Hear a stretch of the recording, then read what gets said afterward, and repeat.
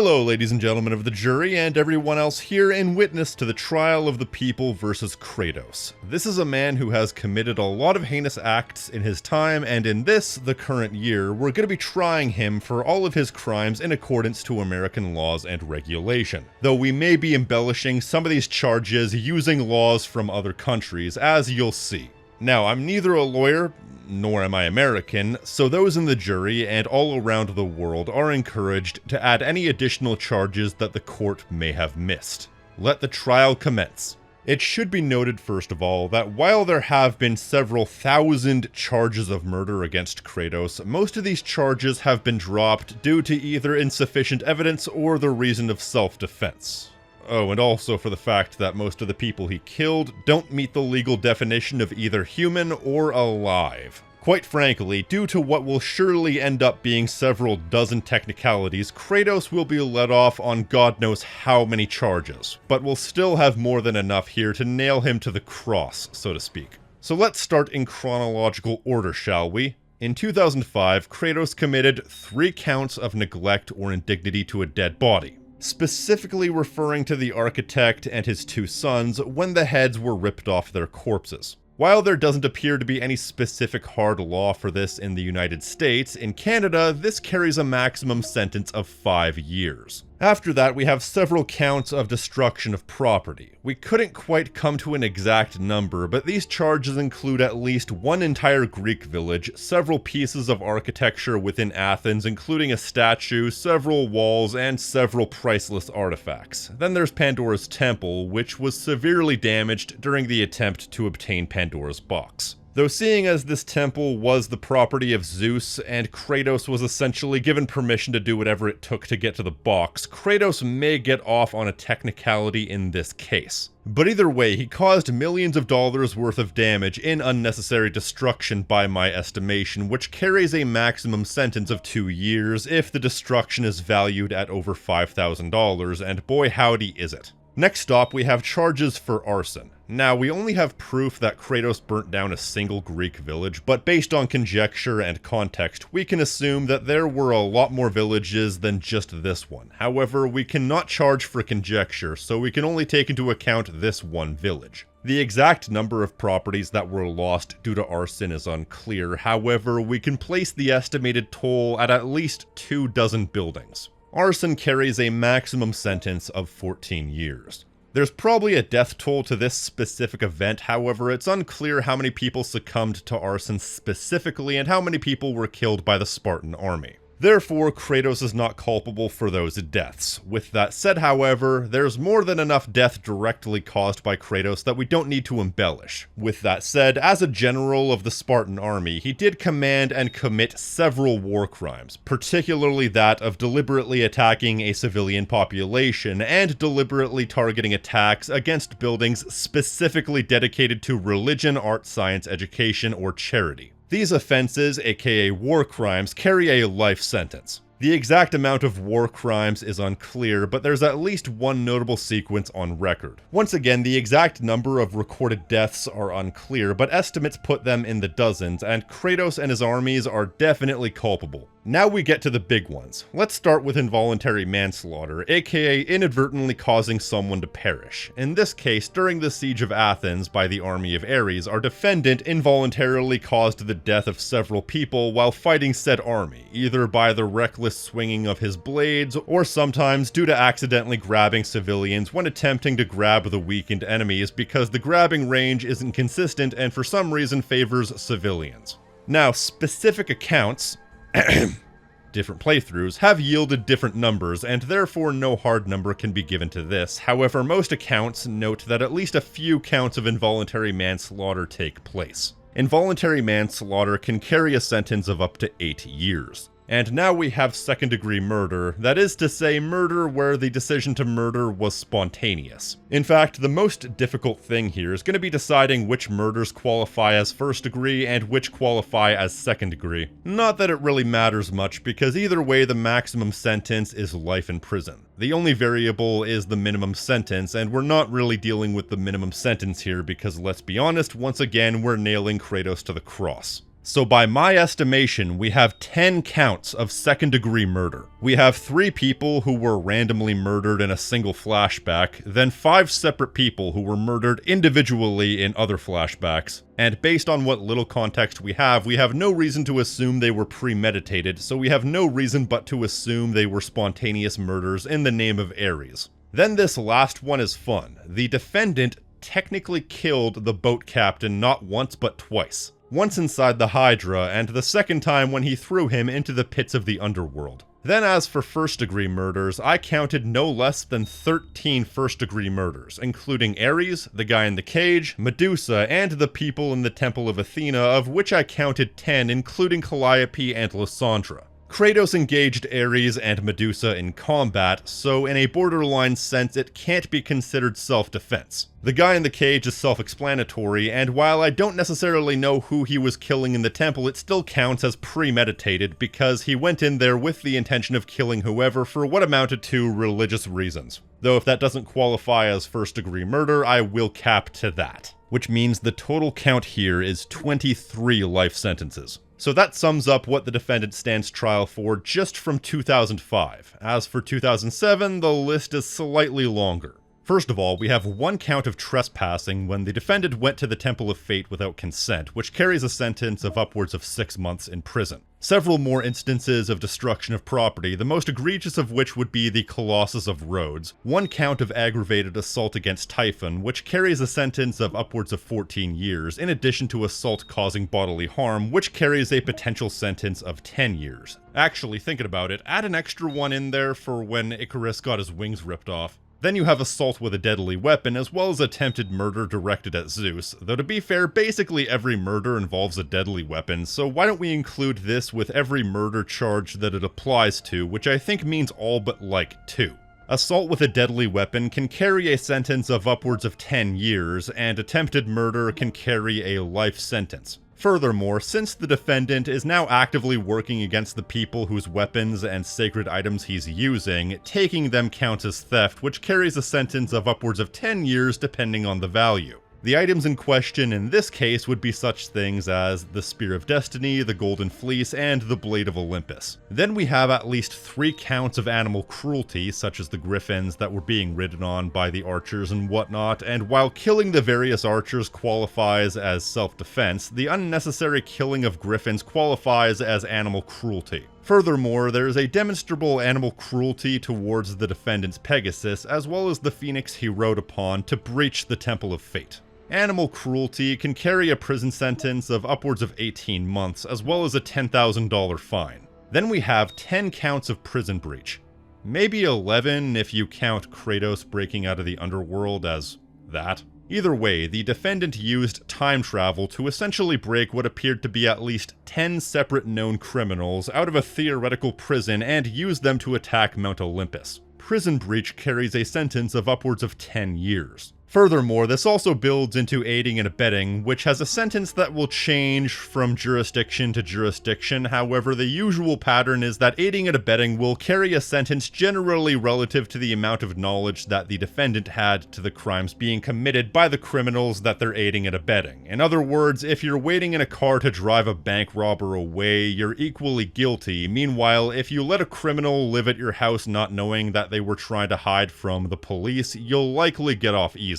With that said, he was aiding and abetting the criminals, the Titans, with the specific intent of laying siege to Olympus. So his sentence could and should carry an equal sentence to that of the Titans, especially because they, much like Kratos, are essentially Olympian terrorists, threatening to overthrow the entire system of control. Terrorism and conspiracy to commit terrorism carries a life sentence without the possibility of parole. Furthermore, in this game's intro, we witness Kratos being culpable, if not outright participating in various war crimes against the people of Rhodes, as they destroyed and ransacked civilian property and likely killed several hundred, if not thousands of people in the process. And before we move on to the big ones, we also have more neglect and indignity of a dead body. About 4 counts of such when the defendant destroyed hanging skeletons, 1 count when the defendant used a dead body to weigh down a switch, and 1 count when he used another dead body, that of the last Spartan, to weigh down yet more switches.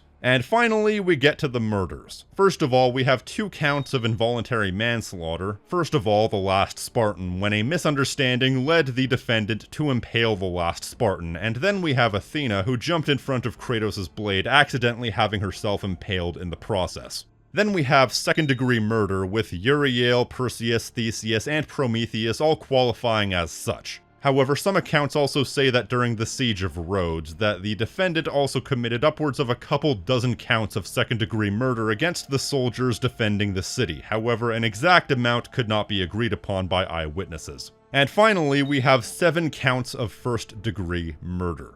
We have Icarus, whom Kratos allowed to plunge to his death after cutting off his wings. We have an unnamed soldier who Kratos crushed to death so that he could break a large spiked mechanism, 2 translators who were killed in order to make a blood sacrifice, and of course, the 3 Sisters of Fate, whom the defendant spent most of the adventure, the game, chasing after in order to eventually kill. And those were all the indictable offenses in 2007. Quite the impressive collection so far. Well, thankfully, the next chapter in the defendant's story didn't quite cause as many laws to be broken. As a matter of fact, the list is quite short. We have respectively 1 count of child endangerment and 1 count of child abandonment. This took place in the Fields of Elysium during the point in which the defendant abandoned his own deceased daughter and left her to her own devices. The former charge carries a sentence of upwards of 5 years, and the latter charge carries a maximum sentence of also 5 years. Then we have yet another account of prison breach when the defendant broke himself out of Tartarus. And incidentally, Tartarus is also where all examples of second-degree murder happened. Once again, the exact number is unclear due to mixed eyewitness reports, different playthroughs, but it's also worth noting that every victim and potential victim were also prisoners in Tartarus.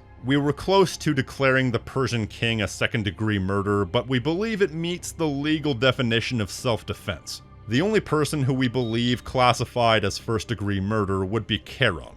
However, there were 2 more counts of further neglect or indignity of a dead body in this game. Now, the jury will probably find this next charge a bit questionable. However, Kratos is also being charged with unlawful confinement of Atlas, which carries a sentence of upwards of 10 years, because while yes, Atlas was previously imprisoned, the dictator of the imprisonment was Zeus, and Kratos' imprisonment of Atlas in this case was not approved by Zeus nor carried out by Zeus, and therefore is an act of vigilantism, at which point it would also be considered unlawful. Now, this was a relatively by-the-book sequence of events by the standards of the defendant, but just you wait. Now we're moving on to his 2010 adventure. And if you thought he had any chance of getting off with a slap on the wrist before, that possibility is basically out the window at this point. We'll start with this, 1 count of incest when he slept with his half-sister Aphrodite. That's a charge that varies from jurisdiction to jurisdiction, however the maximum sentence is upwards of 14 years.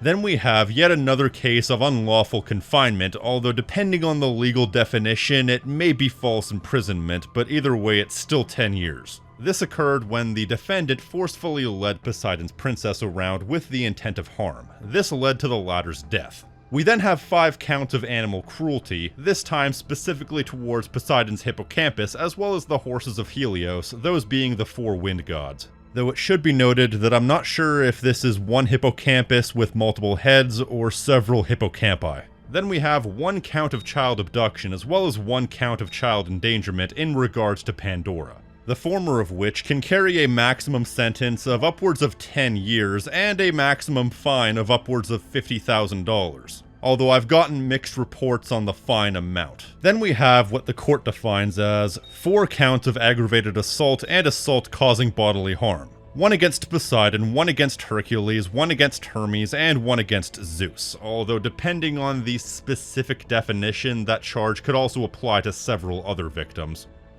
Especially Kronos, thinking about it. Though it's worth mentioning that when it comes to Hermes, we also have an additional charge of dismembering a human body in addition to assault causing bodily harm. Yes, I know he's not human, but we don't exactly differentiate charges between human and god in this case. Either way, dismembering a human body carries a sentence of upwards of 30 years in addition to the murder charges, which we will get to in a moment. We have yet more counts of neglect or indignity of a dead body. In this case, we have Persephone and Hera. And hey, since we're also trying to nail Kratos to the cross, why don't we throw in every single undead minion he fought in the underworld into this conviction? We have one count of attempted murder against Gaia when the defendant cut off her arm with the intention of allowing her to tumble off Mount Olympus. And thinking about it, that should also count for dismembering a human body as well.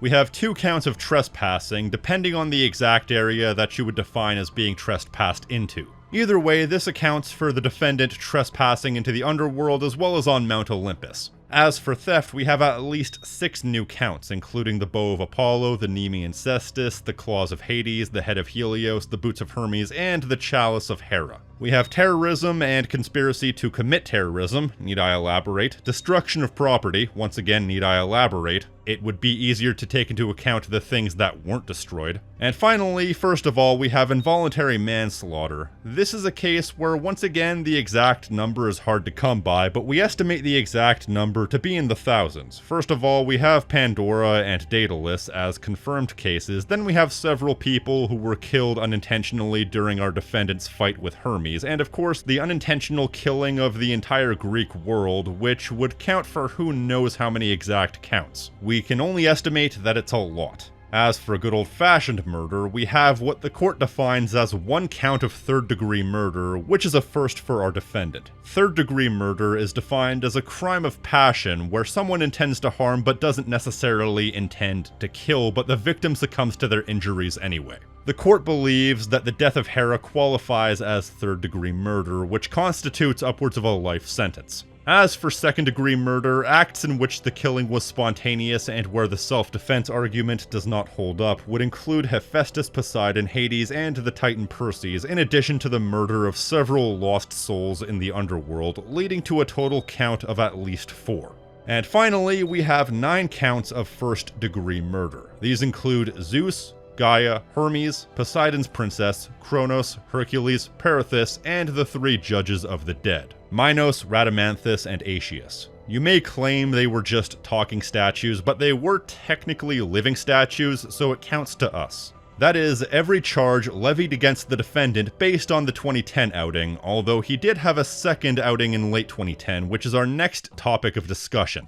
I mean, I could bring up God of War Betrayal, but who the hell's even played that? No, let's go straight into Ghost of Sparta. Now, it should be noted that the court is undecided on whether or not we can charge the defendant with assault against his younger self, and also the specific charge that would entail, so the jury is encouraged to fill in the blanks. Either way, we have more than enough here. First of all, we have 1 count of prison breach in regards to Kratos breaking out his brother Deimos. Then we have solicitation for the purposes of prostitution when the defendant was visiting Sparta. And while the brothels were obviously legal in his own city-state, we're once again basing this judgment off current year laws. In Canada, solicitation can carry upwards of 5 years in prison. However, in the United States, solicitation, depending on the context and state, can lead to a sentence of upwards of 10 years. Then we have at least 2 counts of trespassing, first into Atlantis and second into the Domain of Death. Then of course we have destruction of property, in which case we have the entirety of Atlantis.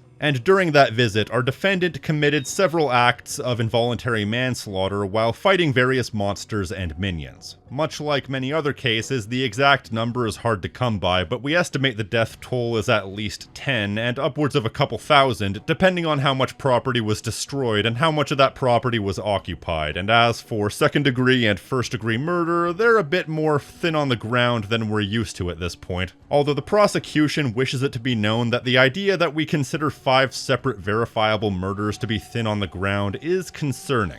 Now, as far as second-degree murders, we have 3 counts. In this case, we have Thanatos, Thera, and a nameless man simply referred to as the Dissenter. As for first-degree murder, we have 2 counts, those being Erinys and King Midas. And finally, we come to the 2013 sequence of events that the defendant is accused of. A smaller but no less notable sequence of criminal charges. First of all, we have yet more prison breach when the defendant broke out of his confinement at the hands of the Furies. Then we have aggravated assault causing bodily harm and dismembering of a human body, all towards Mega Era. Then we have yet more theft. In this case, the exact amount is hard to come by, however, at various points throughout the events of the adventure, the defendant stole weapons off various people, and he also committed 1 count of neglect or indignity of a dead body. The court wishes it to be known that the exact circumstances of Kratos and Orkos cannot be fully disclosed due to, let's be honest, potential demonetization, so we will merely disclose that it carries a maximum sentence of upwards of 25 years. Then we can only find 2 specific instances of murder, in this case 2 counts of second-degree murder against Pollux and Castor. Oh, and also, the defendant is accused of breaking a blood oath with Ares, which technically counts as tax evasion, which carries a potential 5-year prison sentence.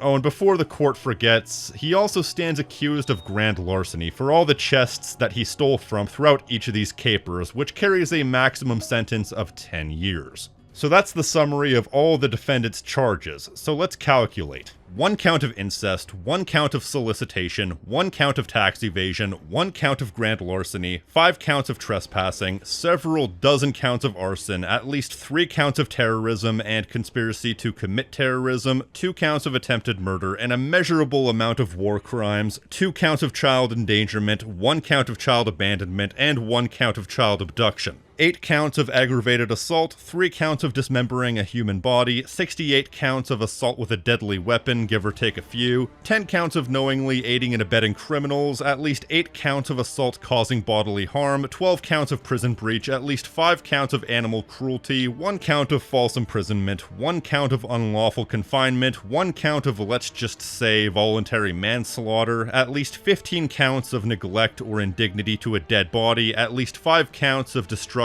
of property, 9 counts of theft with the potential number reaching into the dozens, 2 confirmed cases of involuntary manslaughter with the exact number being somewhere in the thousands, 1 count of third-degree murder, 16 counts of second-degree murder with the potential for several other convictions, and 33 counts of first-degree murder. Alright, is that everything? There's probably more that I missed considering the fact that this is a pretty lengthy list. But by my estimation, the defendant stands trial for the potential of upwards of 75 concurrent lifetime sentences in addition to at least an extra 1,390 years in prison and a fine of at least $130,000 for whatever that's worth. However, because Kratos did get an official pardon from Zeus at the end of God of War 1, that means everything before God of War 2 is expunged from his records, which brings him down to 47 concurrent lifetime sentences in addition to at least an extra 1,112 years in prison and a fine of, well, the exact same amount. I have to double check to make sure that math is correct because I had to make a lot of adjustments as I went through. So quite a bit knocked off thanks to that pardon. So with that said, would the defendant like to make a statement? It appears the defendant has fled the courtroom and has decided to occupy a region of Norway which is outside of our jurisdiction. With that said, in the future we may contact the Norwegian court system and have them try Kratos for the crimes committed in their region. With that said, the jury is encouraged to like this video, leave a comment telling me what you think, subscribe, and hitting the notification icon so you're always up to date on what I'm doing. And to those of you who like what the court has to offer and would like to support it in a more direct fashion, you can pledge to the Patreon for bonus rewards such as early access, Discord benefits, and exclusive content along with these fine folks right here.